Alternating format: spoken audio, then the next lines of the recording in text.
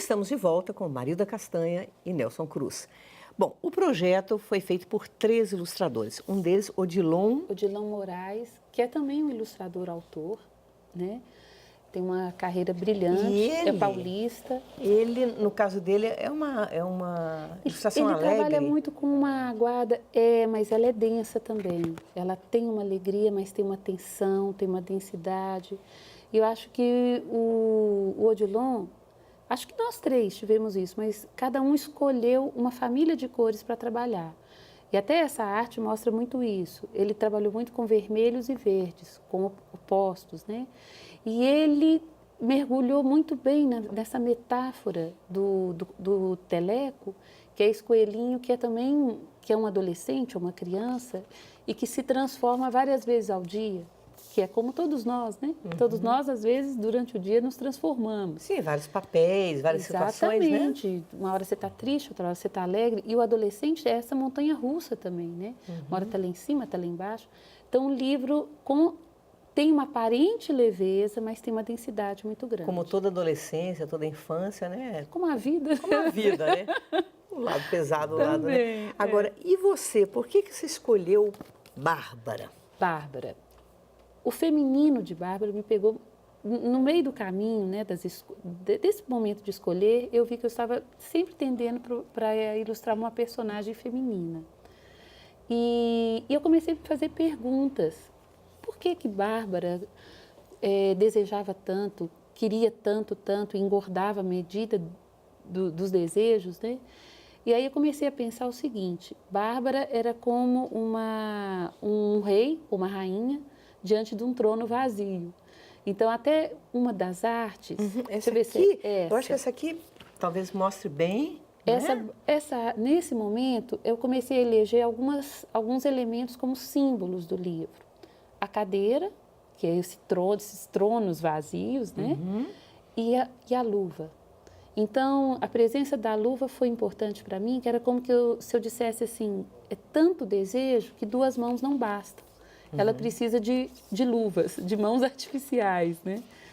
E o livro foi caminhando muito por esse caminho, eleger símbolos e metáforas. É muito impressionante, Bárbara. Eu acho que já é até uma influência sobre o Murilo da psicanálise também, esse desejo insaciável e tornando infelizes as pessoas em volta, né? Porque ela devora tudo. Ela não liga para o filho, ela não liga para o marido, ela só quer... Mas né? Miriam, em algum momento da criação do livro, eu vi que não era só Bárbara que ele estava focando, era o amor exagerado também. Agora, eu queria mostrar só essa última ilustração que eu acho maravilhosa, assim. Essa aqui, só um pouquinho.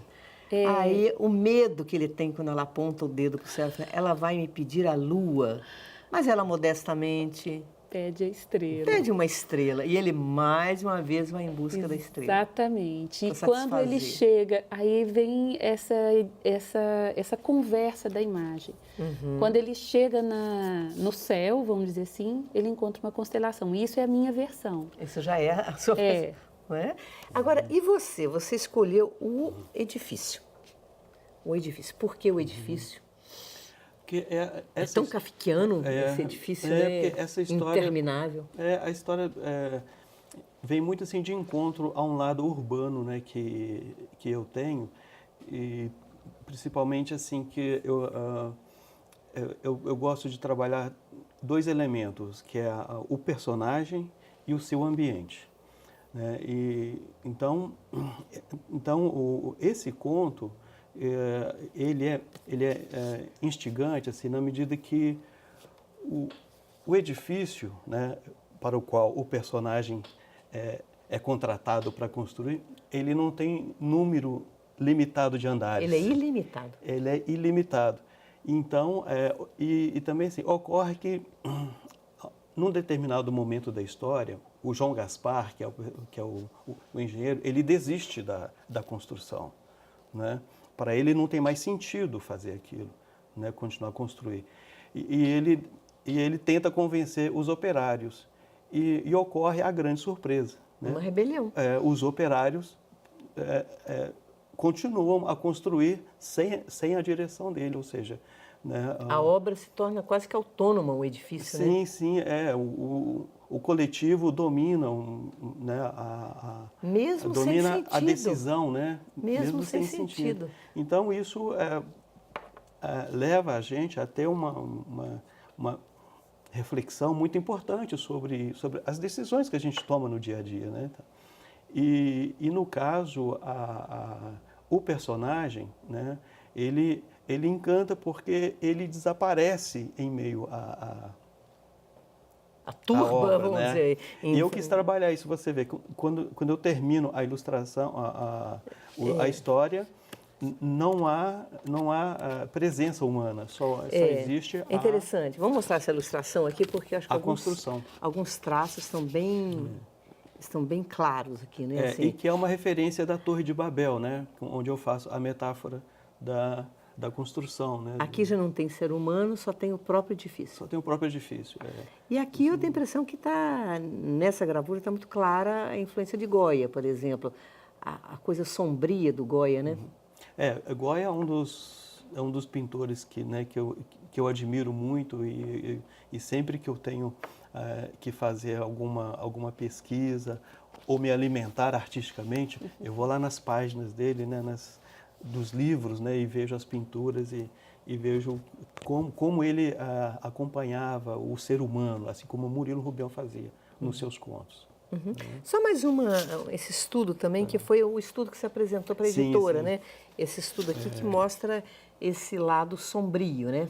Foi quando eu tive a primeira ideia, assim, de que eu tinha achado o caminho para ilustrar o conto, né? Ou seja, o personagem é sempre diminuto em relação à obra que ele vai construir, né? Então a perspectiva aí, que é algo que eu gosto de trabalhar para demonstrar isto, ficou nessa ilustração.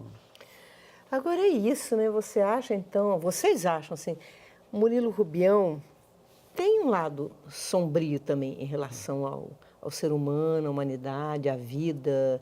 Não é, eu não estou falando negativo, não. Não estou falando negativo. Não é?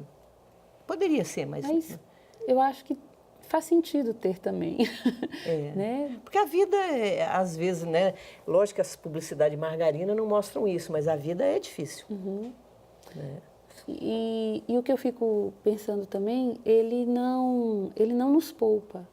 Então, ao mesmo tempo mas ele não nos poupa nem dessa reflexão sobre a vida dura, né? Crítica, como também sobre a doçura, sobre o poético. Então, o amor também está lá, né? Eu acho que é isso. Com essa busca incansável, né, pela concisão das palavras, ele conseguiu falar muito. E cada vez mais, cada leitura que a gente faz dele ela é repleta de significados, né? E tem algo que a gente não pode esquecer também, que é o humor na obra dele, né? Sabe?